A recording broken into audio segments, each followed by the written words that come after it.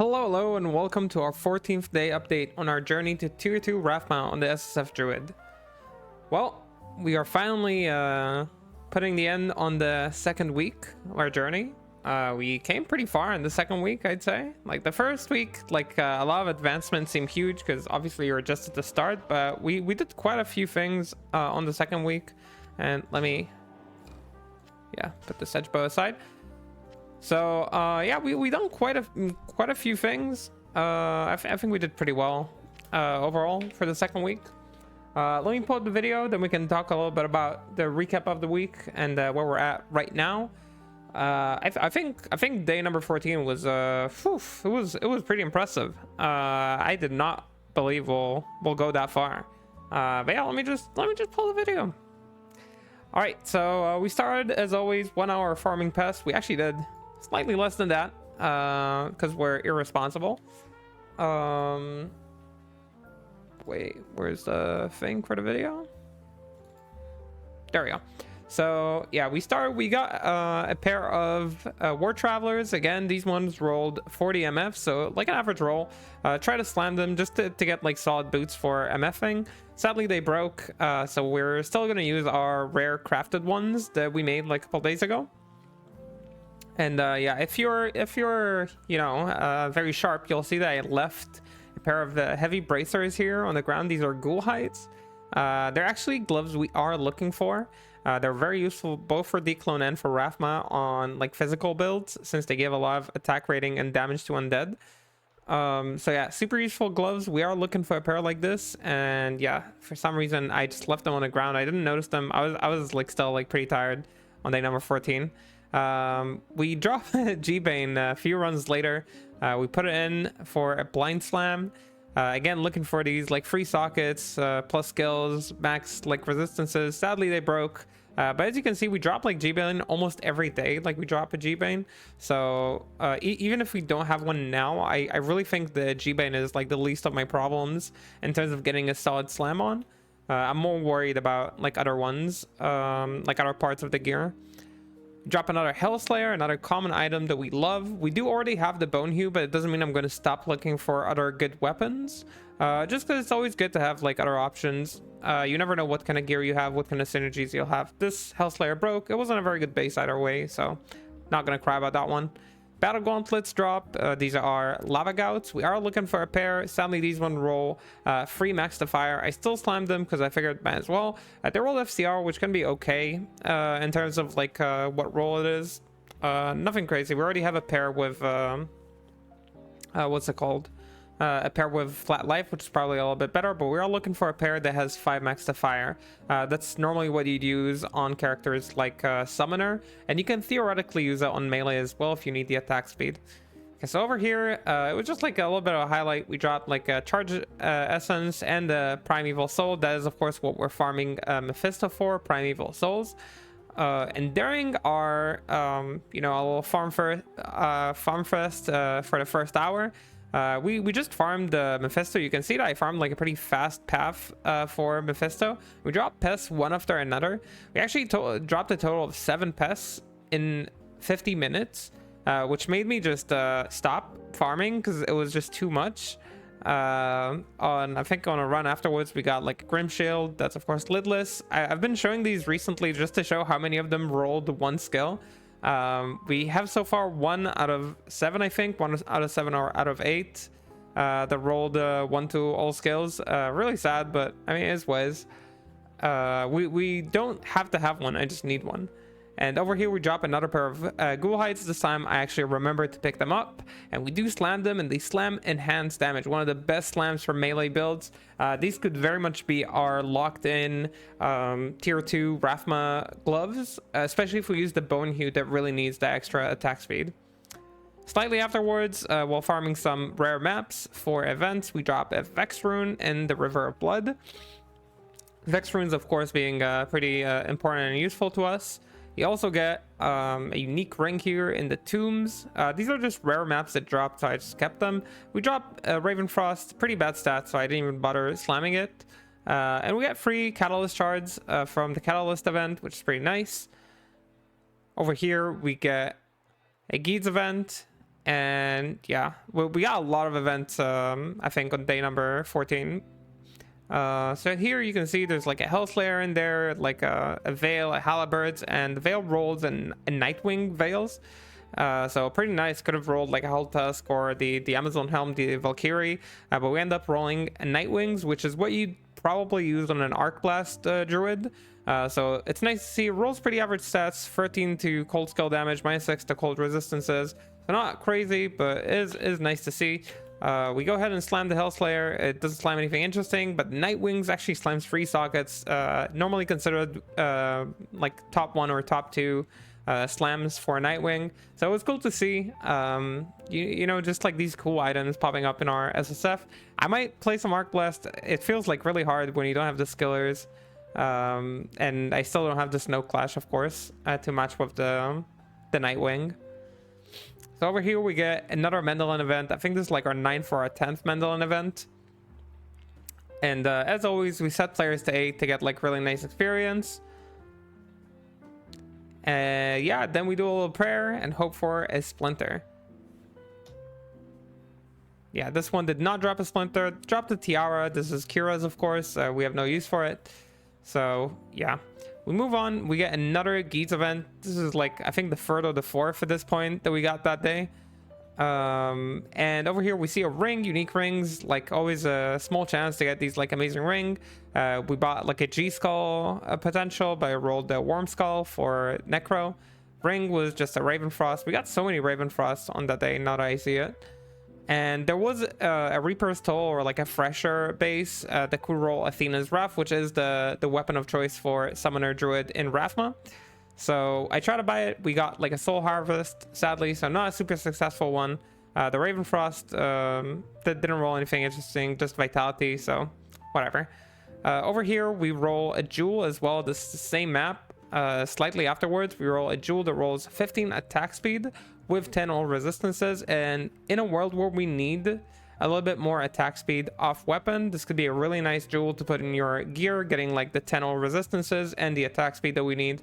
Really nice Jewel. It's kind of like, it's more of a niche Jewel. Not a lot of builds use this kind of thing, but specifically for us it could be really good, so it's really nice to have. And over here another Plague Bearer drops. This is of course the best in slot weapon for the Rabies Druid, and it slams 2 sockets again. I've already shown this weapon like 3-4 times slamming 2 sockets, so sadly it happened again. Mesh Armor, this Shaft Stop dropping from the boss in Horizons, drops with 30 PDR, so pretty nice Shaft Stop. I think it's the best one we dropped so far. So yeah, we try to slam it. It sadly breaks. It looks like it broke with 3 sockets, so I was like really disappointed, because if it was a Shaft Stop 30 like damage reduction that slammed 3 sockets, would have been amazing, but actually broke with physical damage reduction, like flat reduction. And the base just had 3 sockets, so I shouldn't have been that sad, I guess. The flat damage reduction is not like a good slam. Over here we got a G Skull and Caldeum.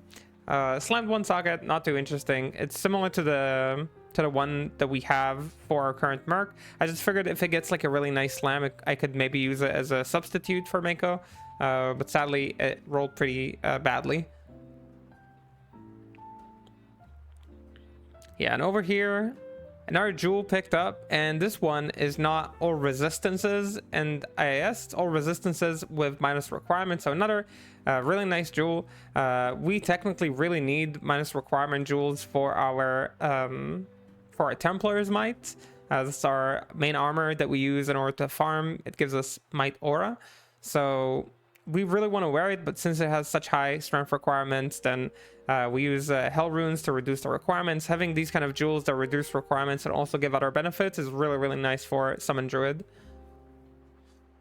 Over here from the boss, we drop another F-Edge. Again, we already have the Bone Hue, which is definitely better than F-Edge for Rathma, but F-Edge can be an amazing weapon for Declone, actually. So we're still trying to slam it. Sadly it broke, but again, not too fussy about it. We have an amazing weapon kind of locked in. Later into the stream we drop a tier 3 map, another unique map, praying that it's a Zars and not a warlords, not because warlords is not good, again just because we really desperately need those extra charms. So yeah, we go ahead and identify it, and we do get a Czars. It sadly rolls 4-2 chance to drop additional charms, but still, even with 4, it's an amazing drop for us, and we'll do it on day number 15. So over here we get another chance at a Veil, sadly rolls a Hell Tusk, and we get our first Snow Clash, rolls 2 to cold skills, which is great. We do try to slam it, and sadly it breaks. And maybe if I wanted to play Arc Blast, I should have just kept it as is, because it was a nice roll overall. But we kind of want to slam Snow Clashes, because Snow Clash with a good slam is actually really good for Rathma as well, because it can give up to 8 maximum cold resistances. Over here at the boss of Westmarch, we drop a Tomb Breaver. Sadly rolls 3 sockets, so I ended up not slamming it. Non-F Tomb Breaver with the right slam, like EDIAS and 4 sockets, can actually do quite a bit of damage with 4 Shales in, and would be maybe even better than our Bone Hue at the moment. So I definitely considered it if I drop a good one. That one also rolled only 30 res, so it wasn't like an impressive one or anything. So yeah, that's our current state. We have like 9 pests over here because of all the pests that we dropped. I was like somewhat considering not farming pests on day number 15, but I think I mean we set a rule for ourselves. We'll stick to it. If we see we really have that many pests and we really can't like keep up with it because like we're not dropping enough keys, which by the way, just look at like the random spread of keys that we got. We have 21 Terra keys, 9 hate keys, and 7 destruction keys. This is just from key events, so we just got like a ton of Terra keys to like an unreasonable degree. Hopefully we can drop like a couple more destruction keys on our next event. If not, I might just find this wall and farm him. But yeah, we definitely are keeping our current layout. This is where I've been farming pests, right? You can see we farmed like a map. You can change your map layouts by changing between Nightmare and Hell, or normal and Hell, doesn't matter, just changing between difficulties. And we kept changing difficulties on day number 14 just so we have like an easy path to farming Mephisto. And wow, how fast it was. We're running like 20 to 30 seconds to kill Mephisto. Doing that for like an hour, getting a ton of pests was awesome, and it will definitely help us in farming like our Annies for whenever we get our next Splinter. I'm only gonna run these void stones, Visions of Terror. I'm only gonna run Visions of Terror once we get our next Splinter. There's no real improvement that I'm gonna get from just like a normal Annie, so I didn't feel like running these anytime soon. But whenever we do get it, I'll run the keys, I'll run the Visions, and then we'll run the Splinter as well, and hopefully slam a really nice 2-scale Annie that could be our Rathma Annie eventually. But yeah, I'm now noticing that we have a stack of tiles here, so let me move it. Currently I'm going to now going into week 3. If we're looking at the gear that we have like an amazing weapon, a really nice pair of gloves, pretty good pair of boots, not like GG boots, but pretty good pair of boots, a very solid belt, and an okay Spirit Keeper. We also have these 2 rings, very high PLR rings with attack rating on them, which is pretty nice. And we have all sorts of like charms that are kind of okay. This is a charm we rolled yesterday, 43 to life with 30 poison res, which is kind of like 3 small ones that are pretty okay. It's like you can definitely get a lot more from 3 small charms that roll like 20 life and 11 like poison res, obviously. But I mean, it's SSF. You do what you can with what you have. So we got a bunch more small charms, large charms, grand charms that are okay, and we're gonna keep working on developing our like charm inventory. We got all these skillers right now. This is our 5 skillers. You want 9 total for the run, or maybe like at least 7 or 8, and 1 like big like a resistance charm. This may be the case. So I figured since we already have a weapon locked, I'm gonna focus on making amulets from now on, because amulet is the part that we're lacking on the most at the moment. So we're gonna be crafting hit power amulets, which are amazing for melee characters, but we're also gonna be crafting brilliant amulets, just because I need to try and hit something that has a PLR on it. It's just really necessary, especially since we haven't dropped a metal grid that survived a slam so far.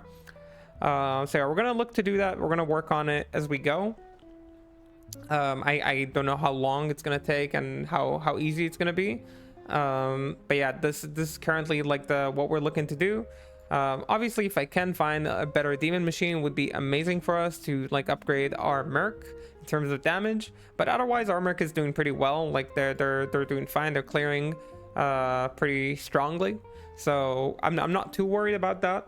I feel pretty okay with her.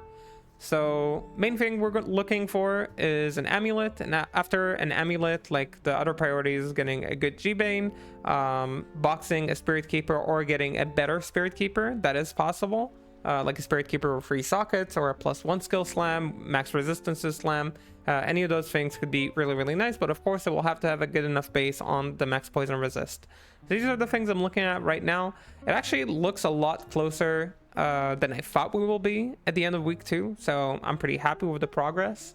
If we keep this kind of pace up of improvements, I wouldn't be surprised if by the end of the month we might be able to get into killing tier 2 Rathma, or just like be viable to do it and just wait for the right run. But of course, if we don't drop any more splinters, which as you can see, we've done 320 maps, we only dropped 1 splinter in total. So if that keeps up, then obviously we're gonna get a little bit stuck and delayed in our progress. I also wanted to, I didn't check till yesterday, till day number 14. I didn't check how many kills we have in a long time, and apparently we were at 690k at some point yesterday. We're already at 720k, almost 730. So we're closing in on 1 mil already, which is pretty impressive, considering we are doing SSF, of course. So yeah, all of our progress seems like more than I expected, kind of exceeded my expectations and hopefully everybody else's. And yeah, we're gonna keep working on it. On day 15, we're gonna run the Czars. Of course, 1 hour pest farming, we're not stopping yet. Gonna run the Czars, gonna farm maps for events, and hopefully get more sigils, tier 3 and tier 2 sigils. Since we do need them, it just feels like in tier 3s we're not farming too fast. It feels like we're still a little bit slow on tier 3s. So I haven't been like too crazy on running them, but we got cows. We'll keep running them. They're not too bad for us. I could probably also run thrones. Thrones are also not that bad for summoner.